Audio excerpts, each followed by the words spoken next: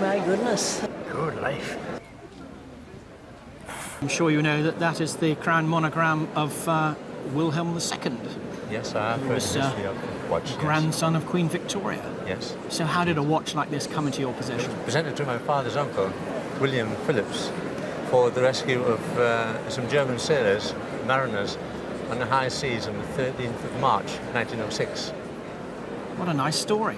I have to say that the Germans and the Americans were always very generous with those sort of presentations. Yes. Lovely crisp engraving. I mean, the watch is hardly used. Very mint condition. Yes. Let's open that outer. And there on the cuvette, we have a relief of the Kaiser himself, again underneath his crown.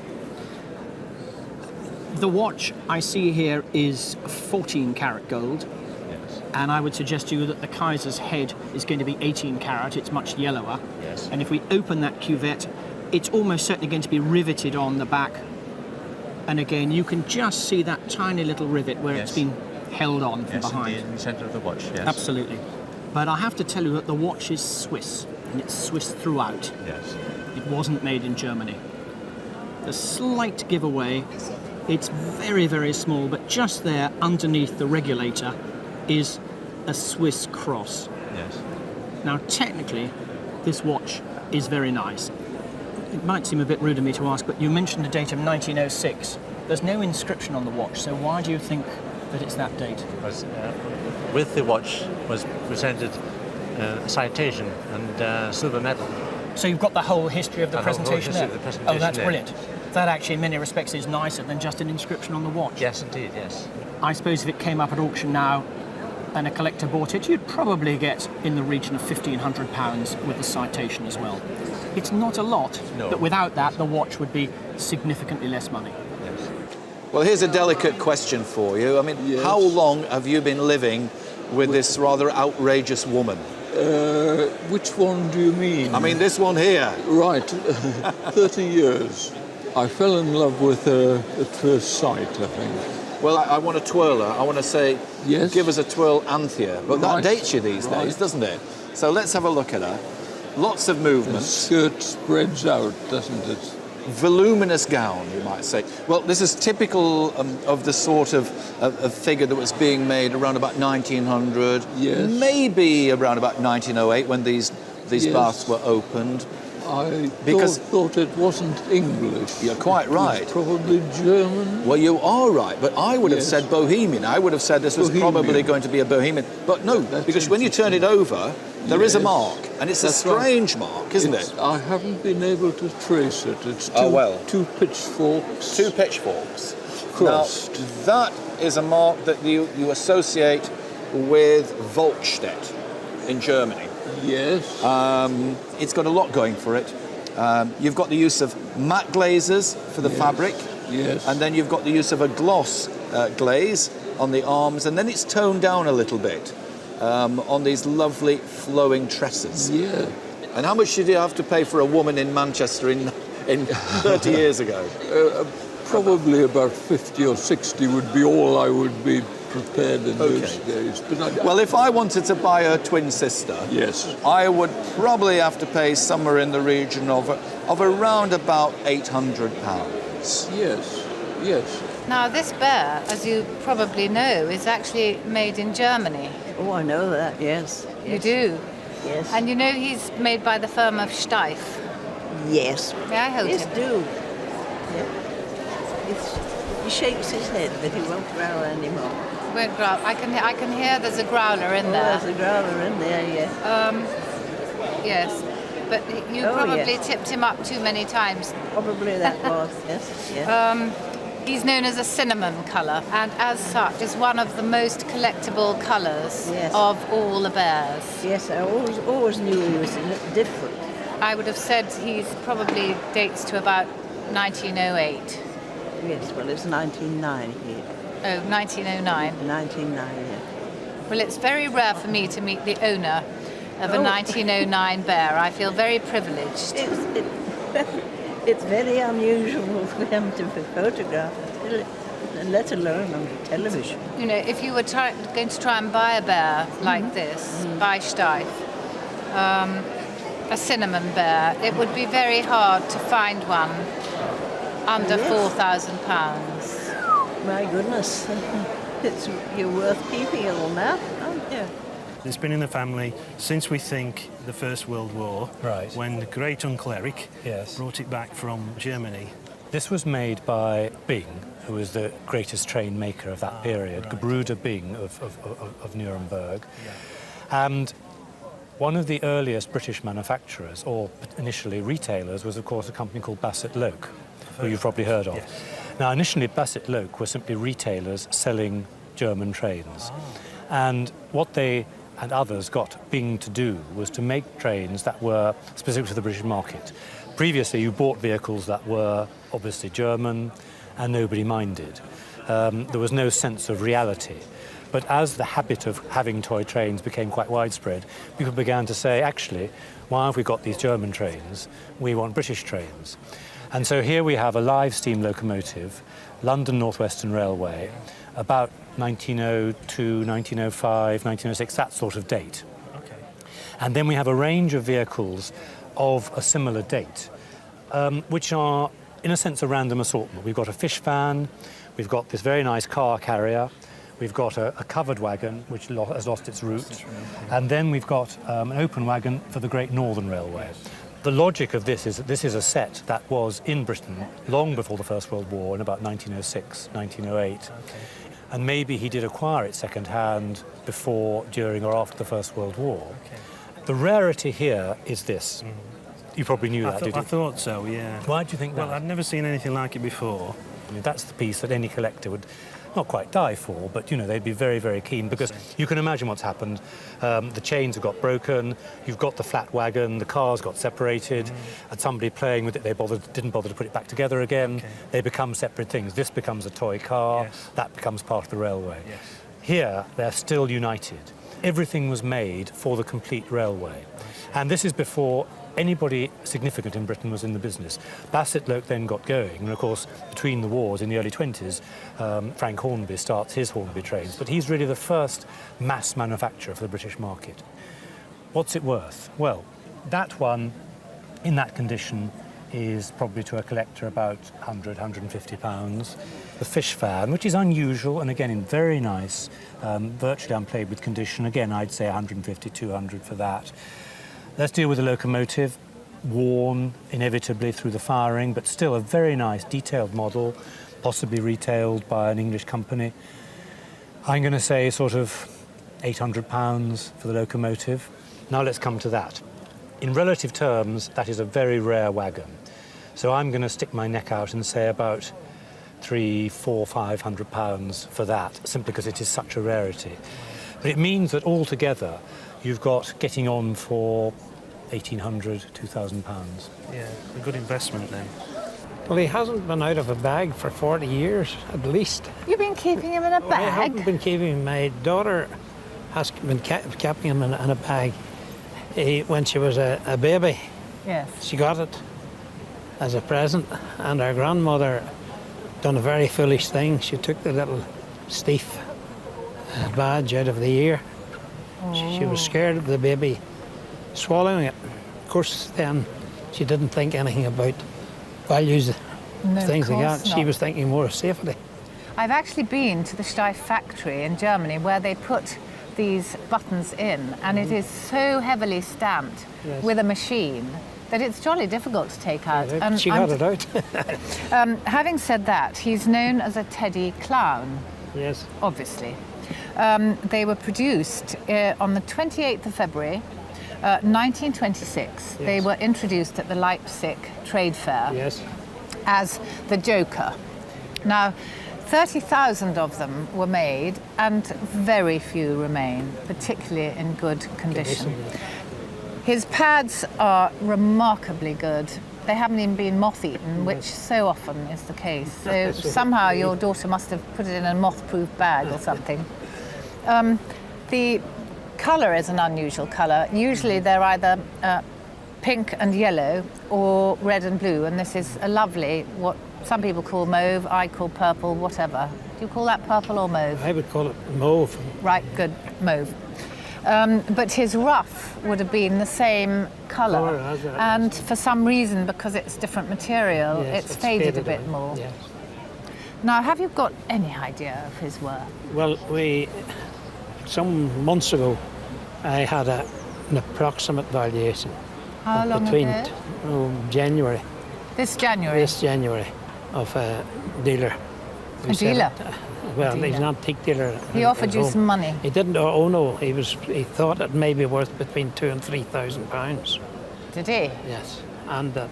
And he didn't offer you that? No, he wanted to take it to London and have a valuation done there and to put it in an auction there.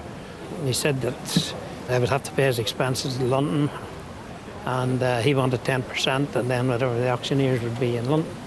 So I told my daughter, well, she says it's sat for many years and I've done without, and I'm not going to part. Well, I would put a note on that.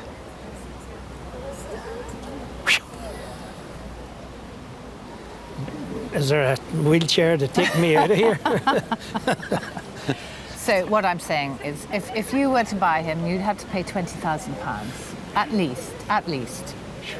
Now, if he went into auction, obviously it would be less, but not a great deal less. We could be talking about £15,000 even at auction. And going up, that's the other thing, going up. So good investment, better than the last few. It's well worth his journey here. It's well worth the wait. The movement of these, I think, is absolutely brilliant. Marvellous. Yes. Oh, he agrees.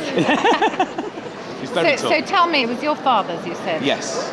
And It was given to him, we think about 1933, when he was about 6 years old. Have you got a photograph? Yes, I've got a photograph Your father. of my father with the bear and his mother when he was 10 years Oh, old. look at that. Isn't that sweet? That's lovely, because collectors really like a provenance and a photograph to go with it. It's perfect. There you go. It's Steiff, it's German, he's very collectible. He's still got his button, which is wonderful, because so often it's taken out. Because mother, a mother thinks lead. I can't have my child eating that. He's probably around 1930, and auction value, we're talking about around £300 to £400. That's marvellous. Oh! That's brilliant. Thank you very much. Mr. Toad. I can just picture him in this, can't you? Going hell for leather, flying off on the corners. Oh, absolutely. And in a general way behaving disreputably. Yes. This is a lovely Tinplate toy car, and I'm passionate about Tinplate toys, particularly from this period. Yes. It's got lovely buttoned seats here. Steering which works. But the opposite direction. Yeah, Mr. Toad would have been confused with that. Maybe that explained why he flew off at the corners. Maybe. So that works nicely. It's got a little handbrake, so I suppose he Goes could... onto the tyre. Onto the tyre, Yes. so he could stop in an emergency. The maker I can tell you about, because we've got very clearly on the back here a lozenge, and in the lozenge are the initials GBN, which means Gebruder Bing of Nuremberg. That particular trademark we'd be talking about early on in the 1900s, sort of 1902, 1905. I think it's a de Dion Bouton. It is. Yes. Are you a bit of a car man? Well, I am, yes. So you dated it, in fact, from the car rather than the... Yes, and I assumed it was contemporary with the making of the actual car. How much is a full-size de Dion Bouton worth these days? 20,000? 20,000, I would think, at least, yes. At least that, yes. I would say that this stands up really quite happily then in comparison to the value of the full-size one. Really? Because I would have thought we'd be talking about £1,500, perhaps £2,000. So, inch for inch, it's actually more valuable. Exactly, it's more valuable than the real thing. Naked ladies. Yes. Why have we got naked ladies? Well, I went to an auction and I just fell in love with them. I paid £50 each, but not at the same auction, about a year apart. Question is, why were they made? I'm not sure.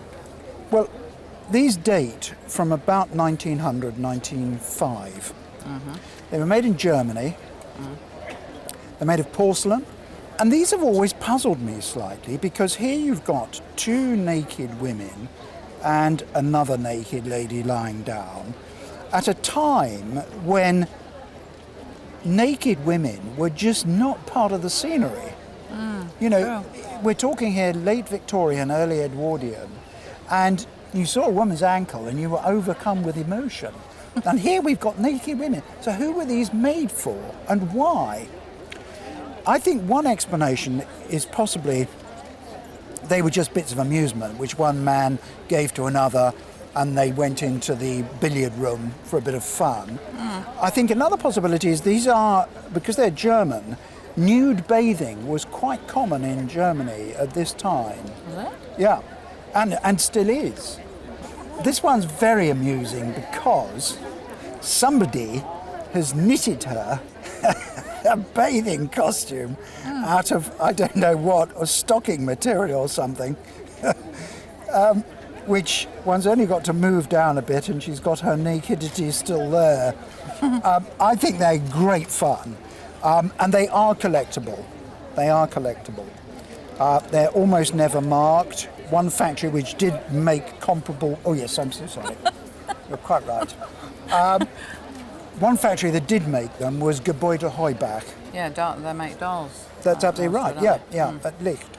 And it's possible that they come from there, but I'm not sure. I think your £50 was well spent, because I think the reclining lady, with or without her bathing costume, is worth in the region of £70 to £100. And the second one with the two naked ladies, which is terribly rare, I can see that one making £200 without any trouble at all. Very nice. Well, I love them. Well, that's the main thing. Thank you. Okay. Now, who is this handsome young man sitting on your knee? Well, he's called Musing Teddy. And is he amusing? He is. Let's see what he can do to amuse us. Well, he's got a very sort of startled look in his eye, hasn't he? He's got this incredibly alive expression with these big eyes, and he's got a very completely bald muzzle. That's nothing to do with you, but this is how the bears were made, with what's known as a shaved muzzle. Oh, right. So all this lovely long mohair plush was shaved off to give him this sticky out and bald nose. Yes. Now, you mentioned that he was yours. Yes. Are you going to date yourself and tell me when you... Isn't it rotten? Nobody asks you to date something if you've bought a plate in, but as a bear, you've got to date yourself. I think he originated in 1928. Ah, well, that fits in. Because there are lots of indications here which tell me who he may be made by. Oh, good. Coming down to his arm, at the bottom here, the way that these claws are stitched is very idiosyncratic. It is something rings bells then for one particular maker. And then coming down to his feet, if you look at the bottom of his feet, you can see that they're narrower at the top and they bulge out. So they're sort of pear shaped like a fruit, like a pear. Pear-shaped feet. But what really makes me certain of who he may be made by is the fact that when I squeeze his tummy, you can hear a little musical melody. Is that something you used to do as a child? Yes, that's why he was called Musing, which I couldn't say music. Musical Teddy. I see, that's great. Yes, it's wonderful. And that seems as if it has a complete tune. Great, and it's in good working order too. So I can tell you who he's made by. Oh, good. There was a man called Joseph Pittman, based in Nuremberg, and he registered a particular company name called Joppy, Joseph Pittman, Joppy, J-O-P-I, in 1922. Yes. And this is a Joppy bear. So everything about him screams that, and more particularly his tummy tells you that by that very particular hand-squeezed musical movement in his body. And value, what do you think? I don't know. Oh, go on, have a guess. A few hundred? As a guess? Certainly a few hundred. In fact, this particular type of bear has become incredibly popular with collectors, particularly when these bears are in really good condition, which I have to say yours is. And a few months ago, a bear just like this fetched £2,100. Really? So, that's where the market is, that's where the value is, and actually I think that's where the heart is. Absolutely. Mickey Mouse is certainly my favourite cartoon character. Was he yours? He was very much so, yes. He's been a great friend for a long, long time, Mickey Mouse. So you've had him since? Oh, I should say about 65 years, something like that, in that area. And he's been played with quite a lot. Not so much mine for a few years, but it still plays a little bit tune.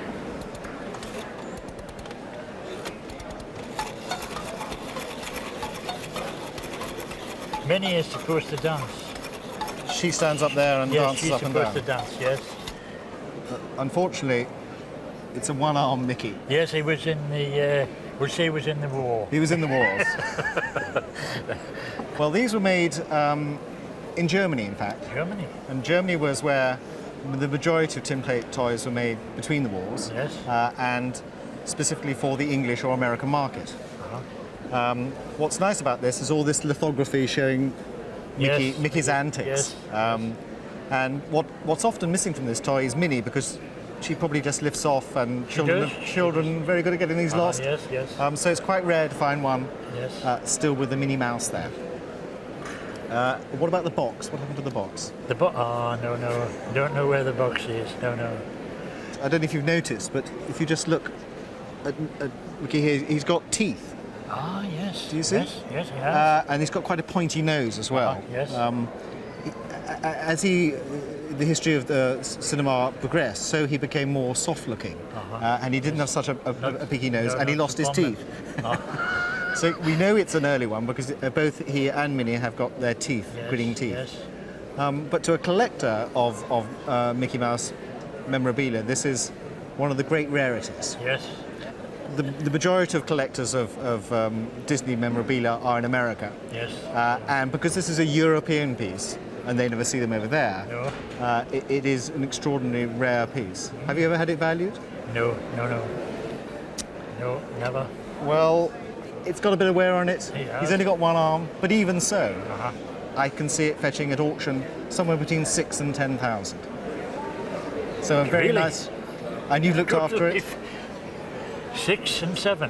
6,000 to 10,000 pounds. 6 to 10. Good life. Well done, Mickey. She needs to go into hospital, I think, quite frankly. Tell me how you came to have her. Well, I ran a toy shop, didn't I, Claire, in Devon, and an old lady came one day and said to me, would I like to buy her, because she felt she ought to get rid of her before she died and give her a good home. And I said yes. So that was about 1975. Yes. And did you pay a lot for her? I paid her what she asked, which was £100, which I thought was a lot at the time. There is a pair to this, i.e. they're known as either Hansel or Gretel by the manufacturers, who are Kämmer or Kämmer, with an umlaut on the A, and Reinhardt. German manufacturers who were operating in Thuringia, which is now the centre of Germany and was in the east. Oh, really? The very big porcelain-making factories and doll factories in that part of Germany. Sadly, very few remain. Now, this is one of the porcelain ones which was registered in 1909 by Kämmer Reinhardt. Oh, really? It's much earlier than I thought, yes.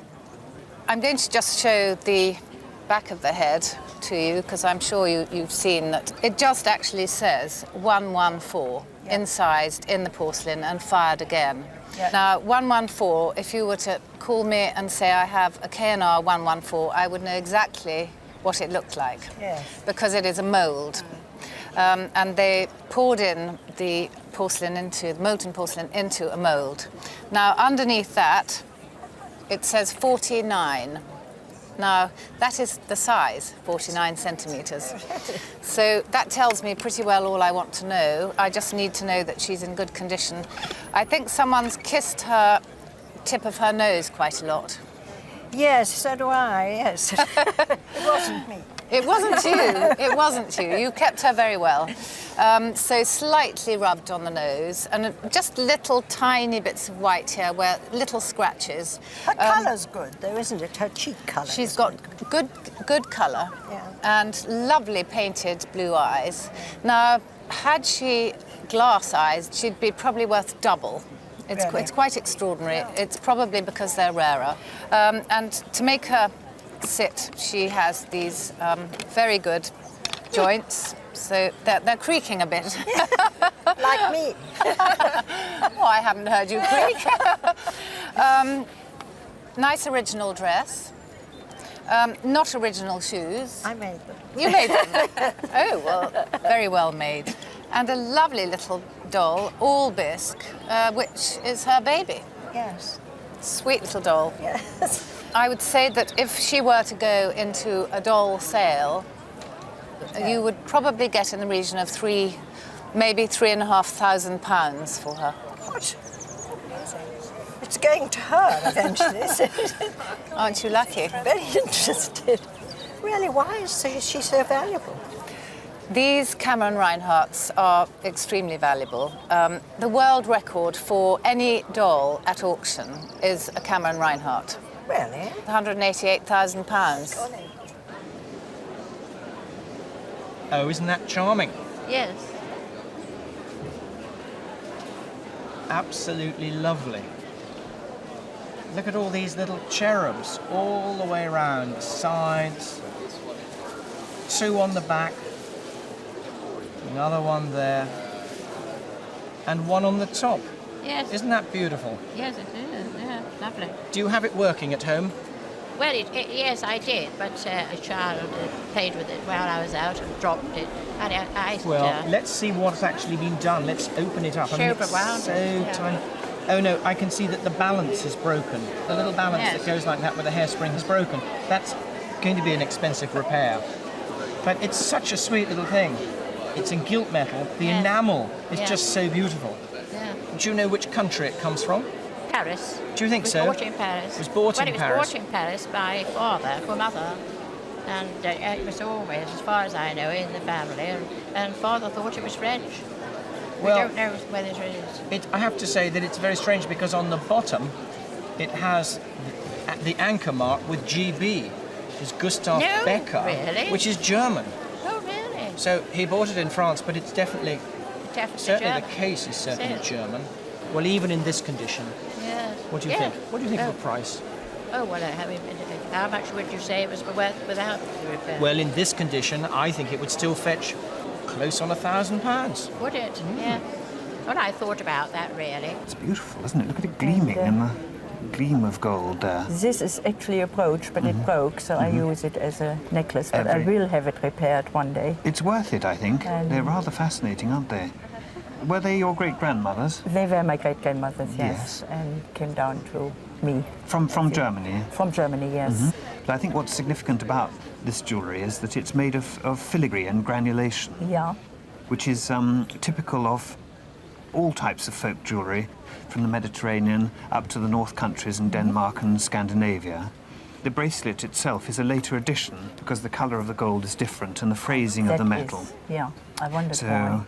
And yet there are holes here for stitching, or at least some kind of textile. And it's my idea that this was once a hair bracelet, that there was tightly woven lock of hair supporting this bracelet. Around it? Around it. And this is what we very often find, that of course this is perishable and wears out, and yet a gold clasp remains. And so they string it onto perfectly sensibly a later gold bracelet. But hair, I'm pretty certain that it was, actually. That's interesting. It's an idea we're totally at odds with in the 20th century. It but must have been strong hair. Well, I think it was. I think it really was. Well, good Teutonic hair, you see, that's what we want.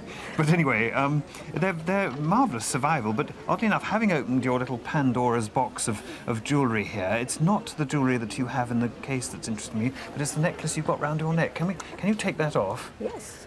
Let's have a really good look. I thought it belongs to what? You thought it became part of it? Yes. Yes, I think it's not actually because part. It's similar.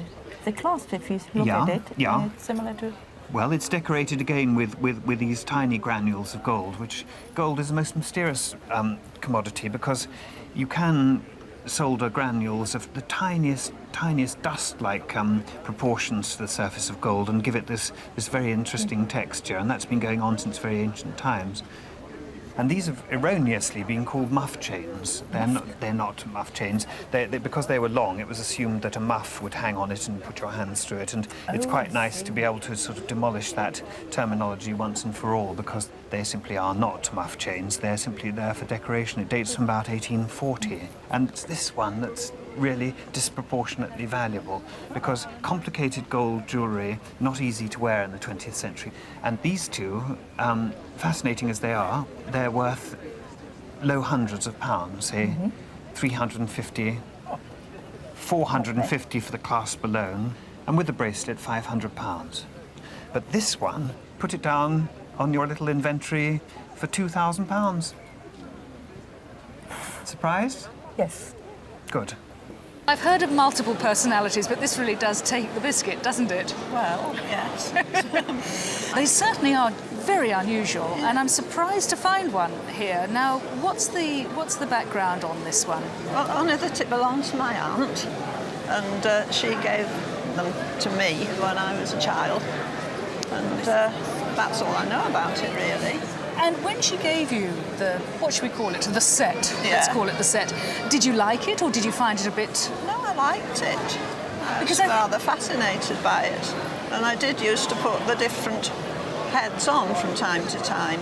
Yes, because... it's like having 4 dolls. Exactly. I mean, It's a very clever system. Yeah. You have the body, very nice jointed body, with a lovely layers and layers of underskirts and petticoats, and then this very pretty little overdress here on top, a nightdress perhaps. We have one here with eyes that open and close, and then 3 other heads with different sorts of hairstyles. I mean, this one could almost be a boy's haircut, couldn't it? I used to think of that as a boy. As the boy. And then one here with golden curly locks. And the last one, oh, this is great. She's got what I call a pair of headsets on, a pair of sort of telephone headsets. Wonderful sort of horns, like croissants of plaques either side. She is made of bisque, or the heads are made of bisque, and hopefully, there we go, on the back of this one we have everything that we want to know about, because it says here Germany, and the number 174. Now that number actually refers to this particular head. It's known as a number 174 head. Right. So that's easy to identify. Well, there's a bit more information here on the box lid itself. It actually says Kästner, and Kästner will be, or is, the name of the manufacturer. Yes. Now, J.D. Kästner, the makers, were based in Walterhausen in Thuringia in Germany. And Thuringia was the great doll-making area of Germany in the 19th century. And in fact, Germany was the great doll-producing nation. And I think that one of the aspects of this that appeals to me so much is the fact that it is in its original case, with the label still there, almost unplayed with. Now, I did used to play with it. I'm almost going to say that you're fibbing, because it is in such great condition. You were obviously incredibly careful. Date-wise, she's going to be dating from between about 1900 and 1910, that's sort of period. And I would have said that the doll herself, just as she comes, would be worth perhaps £300 or £400. But with the other heads and the fact that she's complete in her original box, I would have thought we're talking about more like £1,500. My dad got them from somebody for a pound of coffee in Berlin after the Second World War had ended, during the American occupancy of Germany. Right, right. So a pound of coffee, I wonder how much a pound of coffee was in Germany at that time. I don't know. And it was probably his rations would it have been anyway. So it was a good trade, do you think? I think so, yeah. We've had them on the wall ever since, so. These are made of porcelain, almost certainly in Berlin. There were a number of factories in Berlin that produced wonderful quality porcelain plaques, and these are particularly good subjects. And I would have thought the pair of plaques are worth about $700 to $900, £200 to £300 for the pair. Excellent. But in a way, they're not really what I wanted to have a look at, because this boy is just marvellous, isn't he? Absolutely fantastic. It's been by my parents' fireplace ever since I can remember. And we've always called him our whistling boy. The whistling boy. Mm-hmm. Well, in fact, he's a well-known bronze, and he's called the mousse siffleur, or the whistling ship's boy. Oh. So it's a well-known figure. And conveniently for me, I can see here that it's signed Schablewski and dated 1889, and it's cast in Hamburg. And it's just a wonderful quality bronze, isn't it? Yes. You've got such characterization in it, haven't you? Normally they can be a bit stiff and rather formal, but here it captures the spirit of the boy so well, doesn't it? Yeah. His trousers are all a bit torn, but he's strutting his stuff. He's rather carefree, isn't he? Yeah, he is, yeah. It's tremendous. Great quality thing. The colour on it is very nice too. It's been patinated to look like this. Obviously when it's cast, it comes out a fairly plain colour, and it's been coloured to look this rather nice sort of nutty brown colour. And you want to be very careful not to polish it or do anything like that to it. Yeah, it's hard to tell my mother. Well, people do like polishing these things. Yes, no, you should avoid it. I mean, really, at best, a duster and maybe a paintbrush to get in the nooks and crannies to get the dust out. And, had you ever wondered how much it might be worth? Actually, not really. I wasn't even going to bring it. I was at my parents' yesterday, and I decided to sneak it out of the house so they don't know that it's missing yet. Oh, really? Gosh. But I always liked it, and I thought maybe it had a value. I wasn't sure. Well, it does, and obviously there are plenty of copies of it about, but this is a particularly nice one, a very nice cast. But I think this would make somewhere in the region of $4,000 to $6,000. Fantastic. Which is, about £2,000 to £3,000, something like that. Yeah. So, my dad will be delighted. Yeah. So it was a very good pound of coffee. Yeah. Thank you very much. Well, thanks for bringing it. You look remarkably like the man in the photograph. I didn't really notice, but I suppose now you pointed out. What's the relationship? My great-grandfather. It looks like a pretty tough man. He had a bit of a reputation, a bit of a tyrant, the scourge of the whole trawler fleet. Really? Well, he was obviously a brave man, because this watch that you've brought in is one of those pieces that was presented for rescue services and bravery at sea. The Americans and the Germans presented watches to captains of ships from other nations that had saved their citizens. And on this one, we've got presented by Kaiser Wilhelm II to Captain Bryant for services rendered in the North Sea, 22nd of November 1903. And then a portrait of the man himself on the back. Movement signed by Ebner of Berlin, in a presentation box also from Ebner of Berlin. So tell me what actually happened.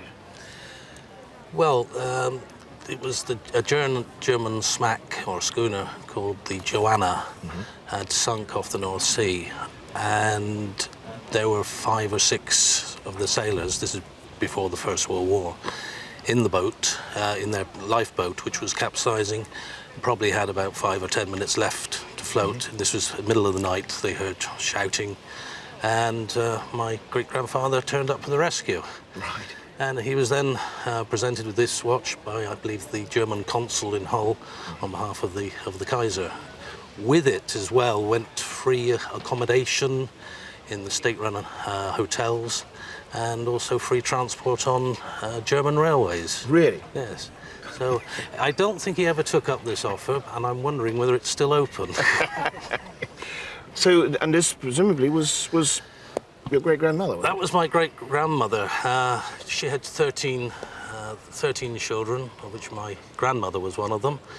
And as I say, he was a bit of a scourge, a bit of a tyrant, and he eventually died, and allegedly fell between the trawler and the quayside in Hull, having had a couple too many. And Madam there danced up and down the street on that occasion. What a character. It's fascinating. I've seen a couple before, but never with such a complete history. it's an impossible thing really to value because it's totally of family importance. But I can say that although it's a pleasant enough gold watch, it would be £200 or £300 without the history.